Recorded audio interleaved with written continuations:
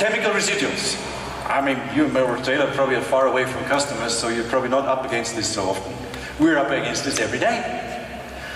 Supermarkets coming to us, farmers, and showing us what they find when they analyze food in terms of chemical residuals, and ask us whether we can get rid of this, because it's a pain for them.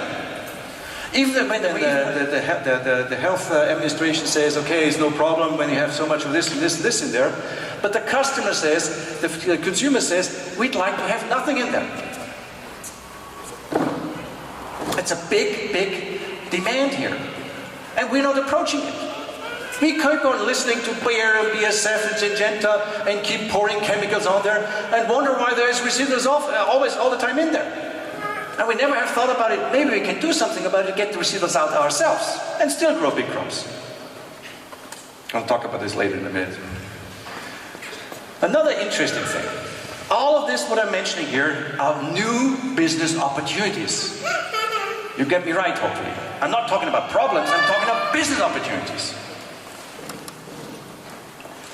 Nutrient density. Are you aware that the last 50 years, the nutrient density in food has gone down? And there's a direct relationship between increasing yields and nutrient density going down. And the ones of you who do groceries every day, and buying the toilet paper, by the way, you know,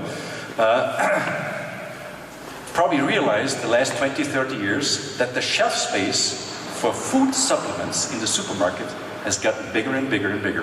Vitamin D, vitamin C, vitamin whatsoever. So there's a business, which is not a farming business anymore, which somebody else is doing, making little big margins on, covering up what we are lacking in the food, nutrition density. Copper, iron, boron, manganese, and whatsoever. It's gone down by half. And so it's lacking in our body. And because it's lacking in our body, somebody else picks up the business and produces food supplements. Simple as that. So we give away business. We're stupid, sorry to say that. I'm talking about the ones who are not today here. Not about you, I'm talking about the ones who are not here today. Rat race. We are in a rat race. We are in a rat race that's getting faster and faster. And rats, you'd like to be a rat? You feel like a rat sometimes? I must admit, you Australian farmers, you're so humble that you don't even know how well prepared you are for a new market. I always quote, when I'm doing speeches in the rest of the world, the farmers, the only farmers that unintentionally already doing the right thing in terms of crops, what crops they grow and how they grow it for the future, are the Australian farmers and the Western Canadian farmers. Why? Look at your rotations. Most of you grow pulses and grow variation of grains and have maybe 4, 5, 6, 7 different crops. So that's not really the problem of the rat race. The ones who are really in the rat race, for example, are the Corn Belt farmer in the United States.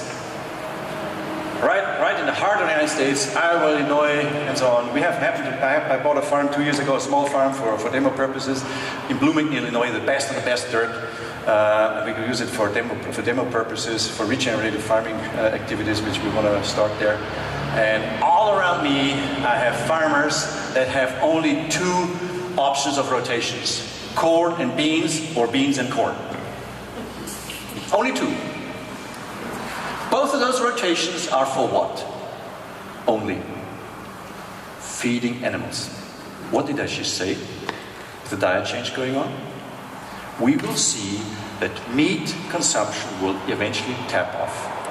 Because that's one of the reasons animal products, when we eat too much of it, it only causes waste problems, health problems, and so on.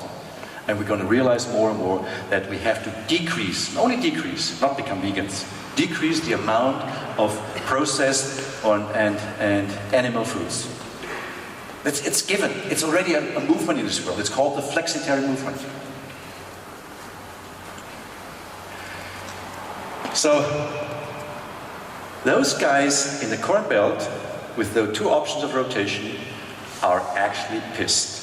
And they are the ones who are the worst ones, the worst rats in this rat race.